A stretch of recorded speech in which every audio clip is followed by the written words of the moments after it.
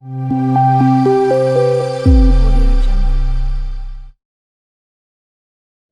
बच्चों, this is our second video for pharmacology series. In this video, we are dealing with the first system of our autonomous nervous system, that is of your parasympathetic nervous system. Parasympathetic मतलब cholinergic nervous system. ये क्यों parasympathetic को cholinergic कहा, अगर ये नहीं पता तो आप पिछली video do check out that previous video, पिछली वीडियो ज़रूर देखा क्योंकि उसमें डिटेल में बताया, मैंने एक्सप्लेन कर दिया. तो इस वीडियो में हम किन किन पॉइंट्स को कवर करेंगे, these are the points to learn in this video. So in this video we are dealing with the cholinergic system and some drugs. Okay, there are two types of receptors. इस video में हम सीखेंगे what are that receptors. Then we are dealing with that drugs, which are two types of drugs. Okay, directly acting and indirectly acting. Then directly acting drugs को detail में पढ़ेंगे, indirectly acting drugs को detail में पढ़ेंगे. फिर इसमें दो प्रकार आएंगे, फिर इसमें भी दो प्रकार आएंगे, फिर इसके दो यूजेस हैं, इन सब को डिटेल में सीखेंगे. Okay, these are the points to learn. Okay, let's begin with the first aspect, that is cholinergic systems and drugs. Parasympathetic में दोनों ही, मतलब जो प्री सिनेप्टिक फाइबर थे और पोस्ट सिनेप्टिक फाइबर, दोनों में एसिटिल कोलिन रिलीज होता है एज अ न्यूरोट्रांसमीटर. राइट, देखो भाई क्या होता है ना, वी नो कि फॉर एग्जाम्पल ये हमने पिछले वीडियो में देखा कि ये एक न्यूरॉन है. Okay, and this is of your second neuron. Right, अब क्या हो गया, आपके इस न्यूरॉन में कोलिन आ गया. This is how the choline enters into your neuron. So यहां पे आपका ये आ गया कोलिन. अब इस कोलिन के साथ रिएक्शन कर दी एसिटिल ग्रुप ने. किसने? एसिटिल ने. सो यहाँ पे जब एसिटिल ने कोलिन के साथ रिएक्शन कर दी, it forms acetyl choline. Very good, it form acetyl choline. Okay बच्चा, अब ये जो एसिटिल कोलिन है, जैसे मैंने बताया था कि जो न्यूरोट्रांसमीटर है वो वेसाइकल में एंटर हो जाता. So this is how of your acetylcholine enters into vesicle. Okay, अब ये जो स्पेस है, इस स्पेस को हम क्या कहेंगे? सिनाप्स कहेंगे. Right, okay. और जैसे मैंने बताया था कि अगर एक न्यूरोट्रांसमीटर को अगर इसकी इंफॉर्मेशन आगे पास ऑन करनी है तो उसको सिनाप्स में छलांग लगानी पड़ती है. Okay, he or she have to jump into that synapse. Okay, so ये जो आपका एसिटिल कोलिन है तो ये जंप लगाएगा, तैयार हो जाता है कि मैं जंप लगाऊंगा क्योंकि मुझे मेरी इंफॉर्मेशन आगे पास ऑन करनी है, मुझे मेरा दोस्त इंतजार कर. तो छलांग लगा, लेकिन वो छलांग बिना कपड़ों के लगा देता है, मतलब एक्सोसाइटोसिस करता है. एक्सोसाइटोसिस मतलब क्या कि वो जो वेसाइकल में एंटर हुआ था वो वेसाइकल छोड़ देता है, बिना कपड़ों के छलांग लगा दिया. So it comes into of your, ये आ जाता है आपके सिनाप्स में. ठीक है, acetyl Colin. So this is how the choline enters, या फिर कोलिन आता है.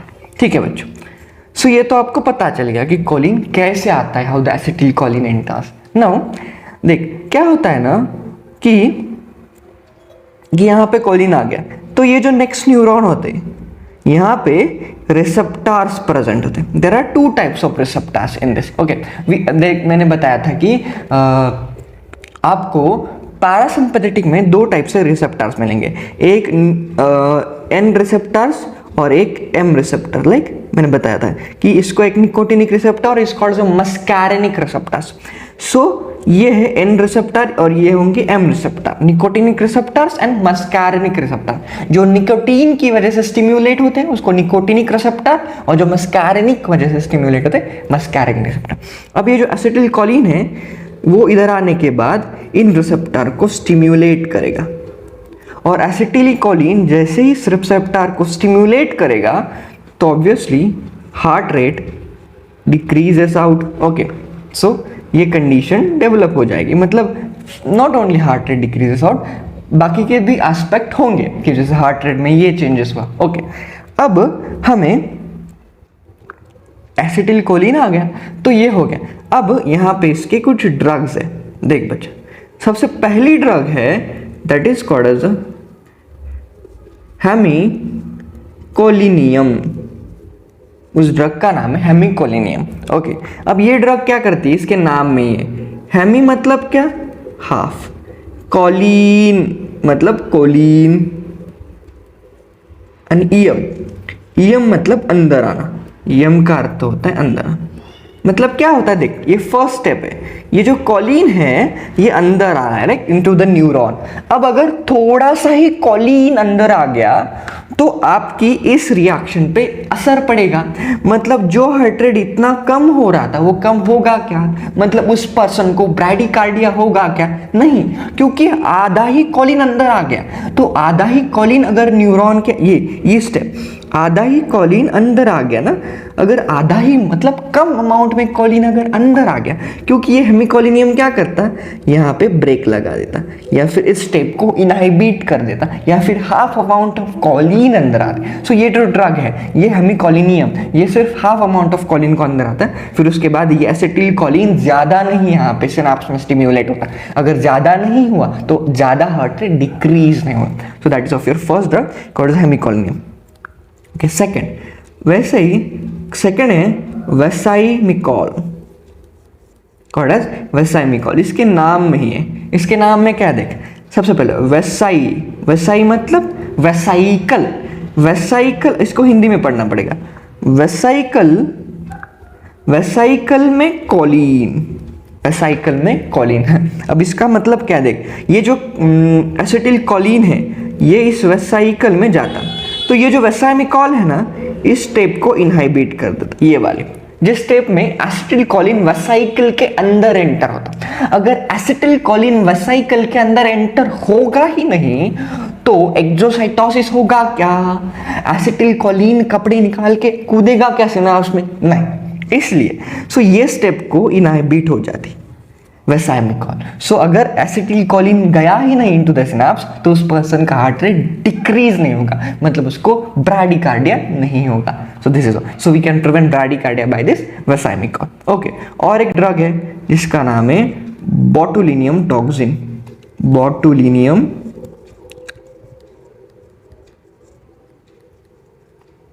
ये क्या करती है, देख बच्चों, अब ये जो है आपका वेसाइकल में कोलिन आ गया।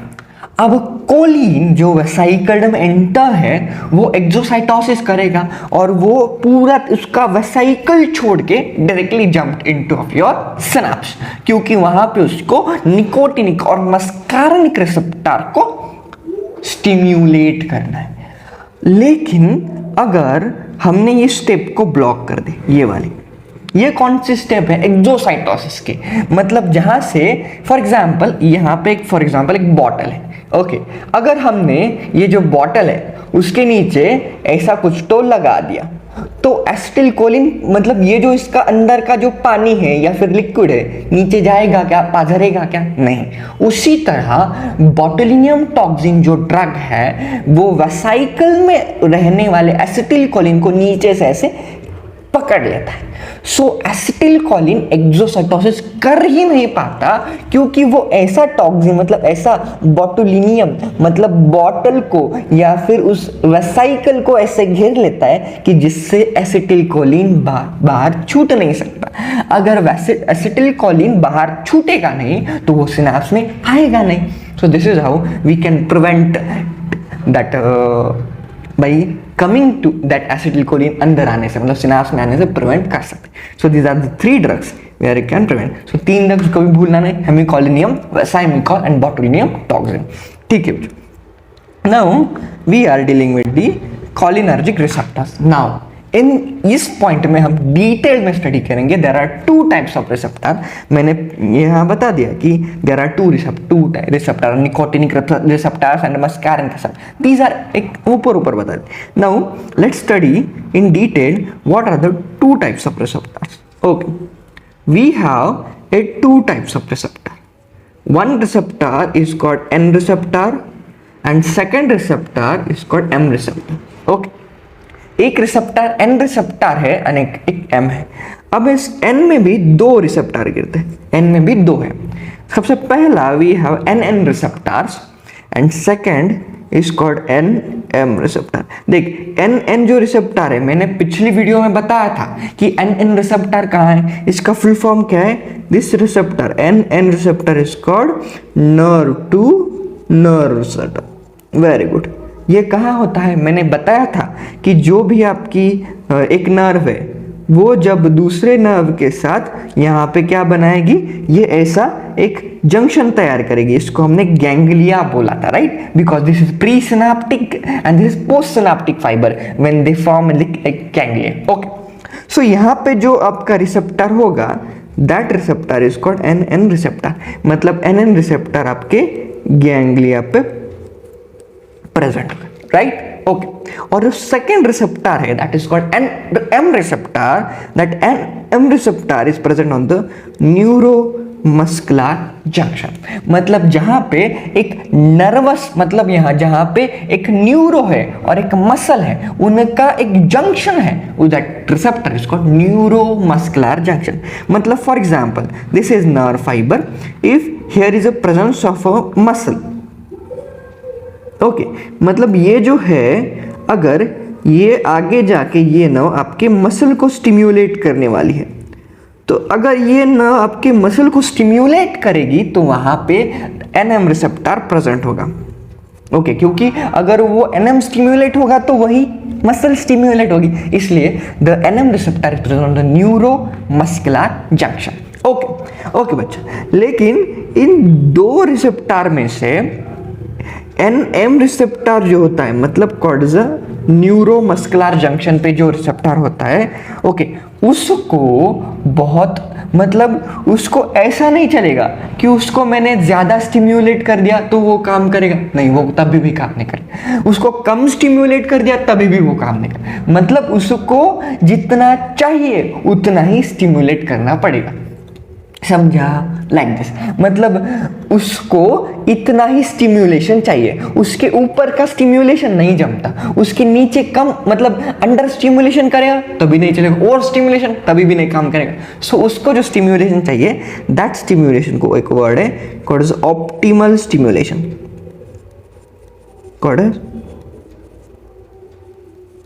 उसको हम क्या कहेंगे, ऑप्टिमल स्टिमुलेशन। मतलब अगर न्यूरोमस्कुलर रिसेप्टर, मतलब एनएम रिसेप्टर अगर स्टिम्युलेट होगा तो वो ऑप्टिमल नर्व इंपल्स आई, ओके, सो तभी ही वो स्टिम्युलेट होगा। सो ये एक इसके बाद में खास बात है, ठीक है बच्चों। नाउ अब मस्कैरिक रिसेप्टर की तरफ चलते हैं। अब आपका जो एम रिसेप्टर है विच इज मस्कैरिक रिसेप्टर, वो 5 टाइप्स होते हैं, लेकिन मेजरली 3 ही याद रखना। 5 होते हैं, M1, M2, M3, M4 और M5, लेकिन 3 ही याद करना, that 3 are very important, M1, M2, M3। अब ये 5 क्यों बोला, क्योंकि ये पांचों रिसेप्टर सेंट्रल नर्वस सिस्टम में होते हैं, लेकिन ये तीनों, देख मैंने बोला पांचों ही सेंट्रल में होते हैं, सेंट्रल नर्वस सिस्टम, पांचों मस्कैरिक रिसेप्टर का लोकेशन CNS है, लेकिन 3 जो है पहले, इनका लोकेशन एक स्पेसिफिक है, ये याद होना चाहिए। अब इसको याद करने के लिए एक छोटी सी ट्रिक के सहारे हम याद करेंगे। वो पहले देख, M1 रिसेप्टर जो प्रेजेंट होता है वो प्रेजेंट होता है आपके GIT में या फिर स्टमक, ओके, GIT में प्रेजेंट होता है। सेकेंड जो रिसेप्टर होता है M2, वो प्रेजेंट होता है हार्ट में, और M3 receptor present all over the, मतलब जो रिमेनिंग एस्पेक्ट है वहां पे प्रेजेंट होता है। मतलब कहाँ, मतलब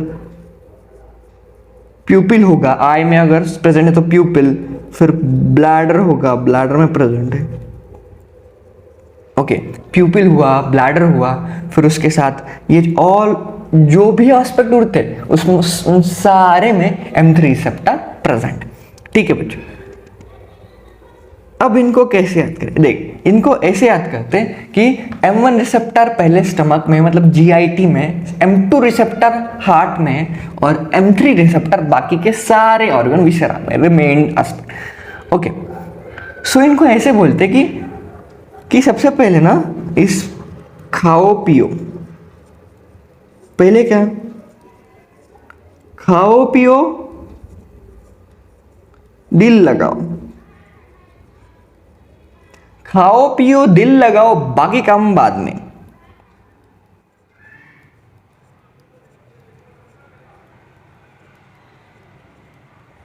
खाओ पियो दिल लगाओ बाकी काम बाद में। क्या है? खाओ पियो दिल लगाओ बाकी काम बाद में।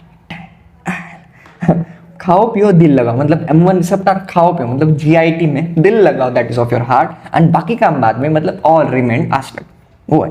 ठीक है बच्चों, अब ये तो पता चल गया कि these are the N receptors which are the nicotinic receptor और muscarinic receptor। ओके, अब ये जो मैंने बताया था कि 5 होते हैं ना, सो M4 और M5, इन पांचों को समेटते हुए इनका सारे का पोजीशन सेंट्रल नर्वस सिस्टम में होते ही, लेकिन ये जो M1 है, M2 है, M3, these are specific to some positions. Like M1 is खाओ पियो दिल लगाओ बाकी काम बाद में, खाओ पियो दैट इज ऑफ GIT, दिल लगाओ that is of heart, and बाकी काम बाद में रिमेडस। लेकिन ये पांचों ही सेंट्रल नर्वस सिस्टम में प्रेजेंट होते हैं बच्चा। ठीक, नाउ ओके, हमने रिसेप्टर्स तो जान लिए, but now we are dealing with the, अगर कुछ ड्रग्स जो इन पे एक्ट करेंगे तो क्या होगा, कौन से ड्रग्स है वो जानते हैं बच्चे। देख, सो यहाँ पे एक डायग्राम है, उस डायग्राम के सहारे मैं आपको एक्सप्लेन करने का कोशिश करूंगा। देख बच्चे, ओके, यहाँ पे मैं इसको एक मोड़ देता हूँ आपको पूरा, ठीक है। ओके, तो ये डायग्राम पता है आपको, यू नो।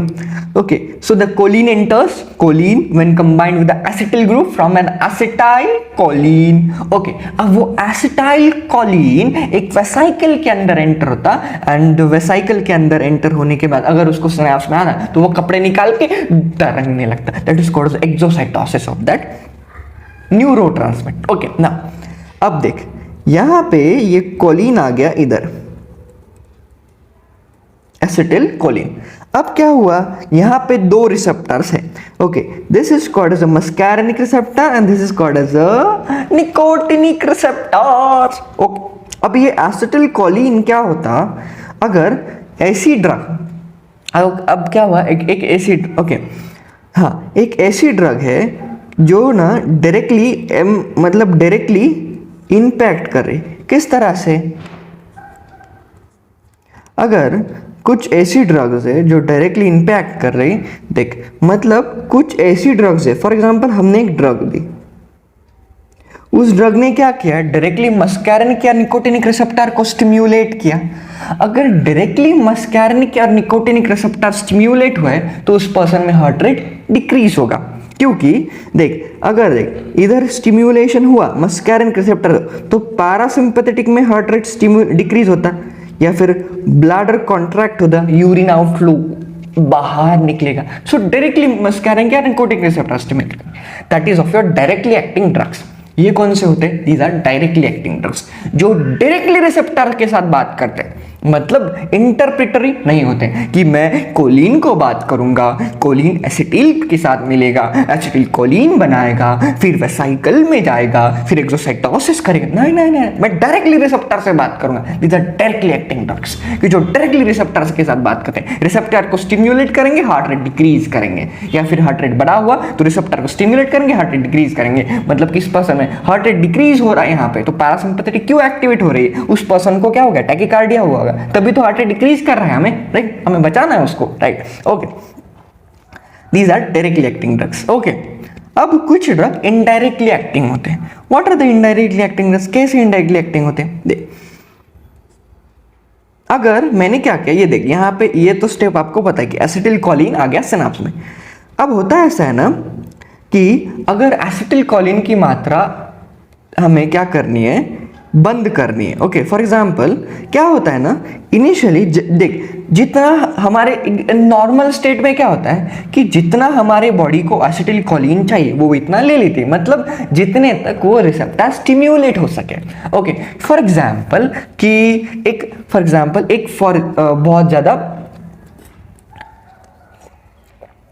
एक सिचुएशन है कि कुछ कारणों से आपका हार्ट बीट बढ़ गया, मतलब फॉर एग्जांपल आपके सामने कुछ तो बहुत तेज तरह सिचुएशन आ गई कि आप बहुत तेज दौड़े कहीं से, एक रनिंग की, ठीक है, बहुत तेज दौड़े, सो आप दौड़े तो आपका हार्ट रेट बढ़ गया।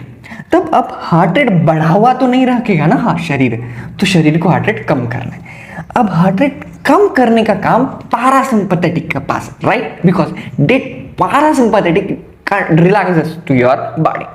अब पैरासिम्पैथेटिक रिलैक्स करेगा, लेकिन कैसे रिलैक्स करेगा? वो क्या करेगा, एसिटिल कोलिन की मात्रा जितनी चाहिए उतनी लेगा, मतलब उस मात्रे से मस्कैर्निक और निकोटिनिक स्टिम्युलेट हो गए। वो स्टिम्युलेट हो गए तो आपका हार्ट रेट डिक्रीज हुआ, क्योंकि पैरासिम्पैथेटिक रिसेप्टर्स है वो हार्ट रेट डिक्रीज करेंगे जितना चाहिए जितना। ओके, अगर जैसे ही हार्ट रेट कम हो गया, हार्ट रेट अगर कम हो गया, नॉर्मल हो गया, तो ये जो एसिटिल कोलिन है ना, उस पे एक एंजाइम काम करेगा, उसका नाम है एसिटिल कोलिन एस्टरेज। ओके, इसका नाम क्या है? Acetyl Colin esterase. ये क्या कर देगा, जो excess production of acetylcholine है उसको बंद कर देगा। समझा? मतलब जितनी अमाउंट में एसिटिल कोलिन चाहिए अपनी नॉर्मल फंक्शनिंग करने के लिए उतनी अमाउंट में लेता, लेकिन जो एक्सेस प्रोड्यूस हो रहा उसको बंद कर देगा। क्योंकि अगर ऐसे ही एसिटिल कोलिन प्रोड्यूस होता रहा तो उस पर्सन को ब्रैडिकार्डिया नहीं हो जाएगा क्या? सिंपल। हाँ, उस पर्सन का हार्ट रेट बहुत डिक्रीज होगा, क्योंकि एसिटिल कोलिन ऐसे ही सीक्रेट हो रहा। तो इसलिए यहाँ पे एसिटिल कोलिन एस्टरेज का बहुत इंपॉर्टेंस है, क्योंकि वो हार्ट रेट को डिक्रीज करता, लेकिन बहुत डिक्रीज नहीं करता। जितना चाहिए उतना ठीक है। हार्ट रेट बढ़ा हुआ भागा हुआ है तो रिलैक्स कर, नॉर्मल पे लाना है। That is of your importance of. अब ये जो ड्रग्स है इनडायरेक्टली एक्टिंग, ये क्या करेंगे? इनडायरेक्टली एक्टिंग ड्रग्स, ये जो आपके इनडायरेक्टली एक्टिंग ड्रग्स है, ये ड्रग्स क्या करेंगे? आपके एसिटिल कोलिन एस्टरेज को इनहाइबिट कर देंगे। किसको इनहाइबिट कर देंगे? एसिटिल कोलिन एस्टरेज को ब्लॉक कर देंगे या फिर इनहाइबिट कर देंगे। अब मुझे बता, अगर एसिटिल कोलिन एस्टरेज इनहाइबिट हो गया तब एसिटिल कोलिन का प्रोडक्शन बढ़ जाएगा। समझा? This is all.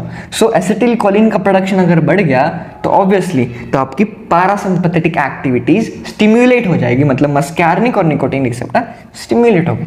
तो ऐसे कुछ इनडायरेक्टली एक्टिंग ड्रग्स काम करते हैं। Directly acting drug directly receptor को स्टिम्युलेट करते हैं, ये इनडायरेक्टली करते हैं। ये एस्टरेज को इनहिबिट करेंगे, फिर एसिटिल कोलिन का प्रोडक्शन बढ़ गया तो वो बढ़ा हुआ प्रोडक्शन फिर रिसेप्टर पे काम करेगा। These are indirectly acting drugs. ठीक है बच्चों? ना अब ये हमने टू टाइप्स ऑफ ड्रग देखा, डायरेक्टली और इनडायरेक्टली। ओके, नाउ ये जो डायरेक्टली एक्टिंग ड्रग्स है ना, उनमें कुछ एग्जांपल्स हैं ड्रग्स के। So we have to see that drug. Let's see first drug, okay, which is a directly acting drug. First is called the pilocarpine.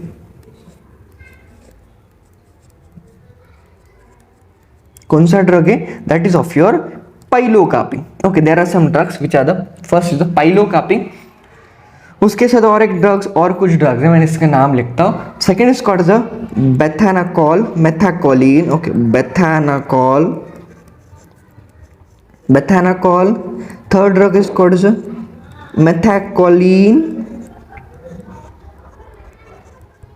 methacholine, and fourth drug is called as a carbachol. Okay, so these are the drugs which are directly acting on their receptors. Okay, let's see, एक एक करके देखते कि what are their properties, ये क्या करते। देख, सबसे पहले we have the pilocarpine, right? सबसे पहले पाइलोकार्पिन, इनका एक बहुत सुंदर इनको याद करना है कि P for पाइलोकार्पिन और इसकी एक्शन जो होती है P for पाइलोकार्पिन और इसकी एक्शन होती है P for प्यूपिल पे। किस पे होती है? प्यूपिल ऑफ द आई। ठीक है, मुझे बता कि in general, okay, in general आपके पैरासिम्पैथेटिक एक्टिविटी प्यूपिल को क्या करती है? मियोसिस करती है। ठीक है, ओके। अब मुझे बता ये ड्रग हम किस कंडीशन में देंगे? प्यूपिल पे एक्ट कर रही और पैरासिम्पैथेटिक अगर मियोसिस कर रही, करेक्ट, जिस पेशेंट में मिड्रियासिस हुआ होगा, ओके, जिस पेशेंट में मतलब इनका ट्रीटमेंट है या फिर इंडिकेशन है कि जिस पेशेंट में मिड्रियासिस है,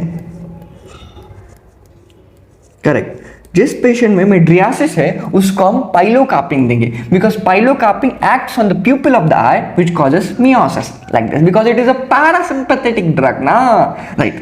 मिड्रियासिस मतलब डायलिटेशन ऑफ द प्यूपिल। अब किस डिसीज में प्यूपिल का डायलिटेशन ज्यादा होता है, उसका नाम है, बता कौन सी ऐसी डिसीज है जिसमें प्यूपिल ज्यादा डायलेट होता है, प्यूपिल साइज बढ़ती है, उसका नाम है ग्लाउकोमा। यस, विच इज मतलब मोस्ट क्लोजली अगर उसका नाम है ग्लाउकोमा या फिर एंगल क्लोजर ग्लाउकोमा में, ACG, एंगल क्लोजर ग्लाउकोमा में प्यूपिल बहुत ज्यादा डायलेट होता है। ये डिटेल स्टडी करेंगे नेक्स्ट वीडियो में कि व्हाट इज ग्लाउकोमा, ग्लाउकोमा में क्या होता है। ग्लाउकोमा में एक शॉर्ट में बता दूं तो ये जो एंगल ऑफ स्क्लेम होता है, जहां से आपका एक्वियस ह्यूमर बाहर जाता है, वो नली बंद हो जाती है, तो वो जो ह्यूमर होता है जो बाहर जाने वाला था वो वहां पे साचता है। अगर वहां पे संचित होने लगेगा तो इंट्राओक्युलर प्रेशर बढ़ जाएगा। अगर इंट्राओक्युलर प्रेशर बढ़ गया तो आपके आई में प्रॉब्लम, मतलब डिफिकल्टी, ब्लड विजन हो जाएगी। इसलिए ग्लाउकोमा को प्यूपिल डायलेट की वजह से होता है। ओके, उस डिसीज में पेशेंट को पाइलोकार्पिन देते हैं टू ट्रीट। ओके, इसके बारे में डिटेल हम नेक्स्ट वीडियो में देखेंगे कि व्हाट इज द ग्लाउकोमा, बहुत सारे डायग्राम्स के साथ एक्सप्लेन करूँ। नेक्स्ट, बेथानाकॉल। अब बी से बेथानाकॉल एंड बी से ब्लैडर, बी से बेथानाकॉल एंड बी से ब्लैडर। ओके, ब्लैडर में एक जनरल पैरासिम्पैथेटिक नर्वस सिस्टम क्या करती है, ब्लैडर को कॉन्ट्रैक्ट करती है। वेरी गुड, ब्लैडर को कॉन्ट्रैक्ट करती है मतलब उसका जो यूरिन आउटफ्लो है वो बढ़ जाता है, यूरिन तेजी से बाहर निकलने लगता है। लेकिन किस व्याधि में, किस इंडिकेशन में, किस ट्रीटमेंट में हम बेथानाकॉल देंगे, जिसमें पर्सन के शरीर में यूरिन आउटफ्लो डिक्रीज हुआ है, मतलब यूरिन बाहर आसानी से नहीं जा रही, यूरिन नहीं निकल रही, वो उसमें हम मतलब जिस डिसीज में पेशेंट में यूरिन डिक्रीज हुआ, और एक ऐसे ही एक डिसीज है that is of BPG called benign prostatic, sorry BPG नहीं, benign prostatic hyperplasia. What is BPH, that is benign prostatic hyperplasia. Prostate gland की साइज बढ़ जाती है, उसकी वजह से जो प्रोस्टेट है ना, यूरेथ्रा है, वो यूरेथ्रा कॉन्ट्रैक्ट करता है, तो यूरिन ब्लैडर से आ ही नहीं पाता, that is urine outflow decrease करती है। ये क्या करती है, ये यूरिन को, मतलब ये आपके यूरेथ्रा को बढ़ाती, मतलब ये रिलैक्स कराती। ठीक है बच्चों, नेक्स्ट इज कॉल्ड मेथाकोलिन। अब M से मेथाकोलिन एंड M से मायोकार्डियम। ओके, M से मेथाकोलिन, M से मायोकार्डियम। मायोकार्डियम मतलब हार्ट। अब हार्ट में, हार्ट का क्या करता है, ये हार्ट रेट को डिक्रीज करता है। अब किस डिसीज में हम देंगे, जिस डिसीज में हार्ट रेट बढ़ा हुआ हो।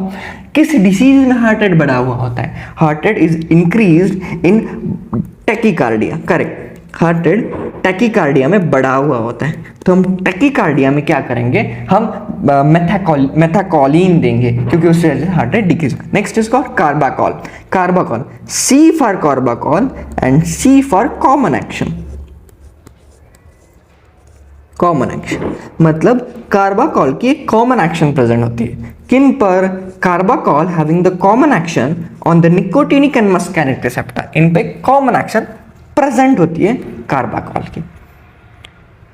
ओके भाई, so these are the 4 directly acting drugs on the receptors. These are 4 drugs, भूलना नहीं, these are very important. Pilocarpine, bethanechol, methacholine और carbachol, 4 drug. Next, indirectly, directly acting drugs देख ले, जो डायरेक्टली रिसेप्टर पर काम करते। मैं वो बोलते कि मैं इंटरप्रेटर नहीं हूं, मैं डायरेक्टली रिसेप्टर पर काम करूंगा। अब इनडायरेक्टली एक्टिंग ड्रग्स पे आते हैं, जो एसिटिल कोलिन एस्टरेज को इनहिबिट करेंगे, फिर एसिटिल कोलिन का प्रोडक्शन बढ़ेगा, फिर वो बढ़ा हुआ प्रोडक्शन आपके निकोटिनिक और मस्कैनिक रिसेप्टर पर को स्टिम्युलेट करेगा। अब जो इनडायरेक्टली एक्टिंग ड्रग्स है ना, indirectly acting drugs of receptor, indirectly acting drugs 2 तरह के डिविजन्स बनाते हैं।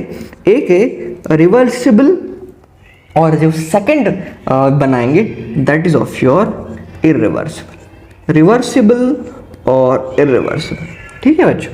सो और रिवर्सिबल में 2 एस्पेक्ट आएंगे, एक आते हैं that is of your lipid soluble drugs, lipid soluble, और एक आते water soluble drugs. Done. Okay, so सबसे पहला हम रिवर्सिबल इनडायरेक्टली एक्टिंग ड्रग्स पढ़ेंगे। ओके, जो रिवर्सिबल होते हैं वो शॉर्ट एक्टिंग होते हैं क्योंकि वो रिवर्सिबल एक्शन करते हैं ना। Okay, reversible these are long acting and they are irreversible type. Irreversible drug को हम क्लिनिकली यूज नहीं करते, बट दीज हमको पढ़ना है इन ड्रग्स को, लेकिन क्लिनिकली इनका यूज नहीं होता। Mostly these are used for the organophosphorus poisoning, जो फार्मर्स को होती है ना बाय द जो कीटनाशक के फवारते हैं उनकी वजह से जो पॉइजनिंग होते हैं, उसमें हम इरिवर्सिबल ड्रग्स का यूज करेंगे, एट्रोपिन वगैरह, तो वो देखेंगे। चलो, अब now we are firstly dealing with the reversible drugs. Okay, अब ये रिवर्सिबल कौन से, इसमें दो बातें, एक लिपिड सॉल्युबल, एक वाटर सॉल्युबल। ओके, अब जो लिपिड सॉल्युबल होते हैं, देख सबसे पहले समझ ले, लिपिड सॉल्युबल ड्रग्स ये टर्शरी अमाइन होते हैं। ओके, और जो वाटर सॉल्युबल ड्रग है वो क्वाटरनरी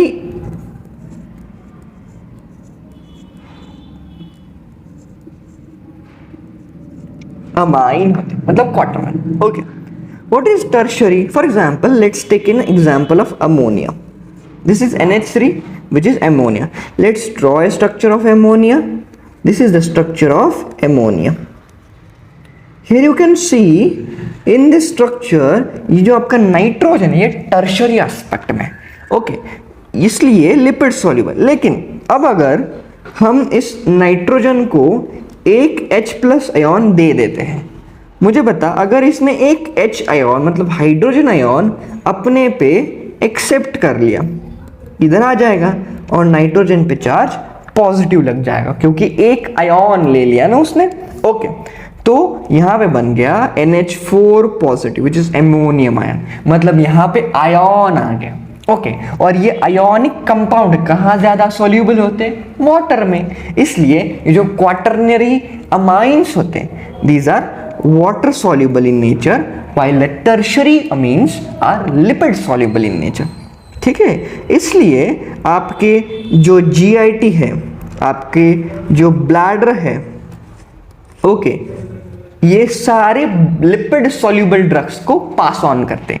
मतलब GIT में लिपिड सॉल्युबल ड्रग्स पास हो सकते हैं, ब्लैडर में पास हो सकते हैं, लेकिन वाटर सॉल्युबल ड्रग्स GIT से पास नहीं कर सकते, ब्लैडर को भी पास नहीं कर सकते। उसी तरह BBB, that is of A blood brain barrier, इसमें भी आपका लिपिड सॉल्युबल ड्रग पास कर सकता है, लेकिन आपका वाटर सॉल्युबल ड्रग जो आयोनिक कंपाउंड होते हैं वो पास ऑन नहीं कर सकते। इसमें बेस्ट एग्जांपल है ड्रग्स का, वो यहाँ पे मैं एक्सप्लेन करता हूँ। देखिए, जो लिपिड सॉल्युबल ड्रग्स होते हैं, उस लिपिड सॉल्युबल ड्रग्स में एक बहुत इंपॉर्टेंट ड्रग है, वो है फाइजोस्टिग्मेन।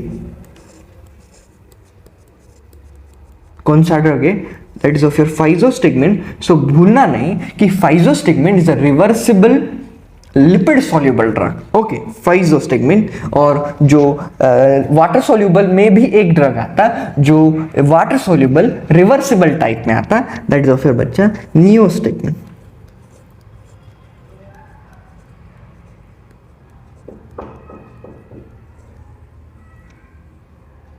Okay, that is of your neostigmine, मतलब फाइजोस्टिग्मेन और नियोस्टिग्मेन। ऐसे ये बहुत इंपॉर्टेंट टॉपिक है, इसलिए इसको रिकॉर्ड करते वक्त वीडियो बहुत लंबी हो गई, इसलिए इसका आगे का पार्ट नेक्स्ट वीडियो में आएगा। तब तक आप अपने नोट्स रेडी रखना। आप अपनी जो बुक्स पे लिख रहे हो वो रेडी रखना। सो बच्चों, hope you like this video, keep sharing. Thank you so much.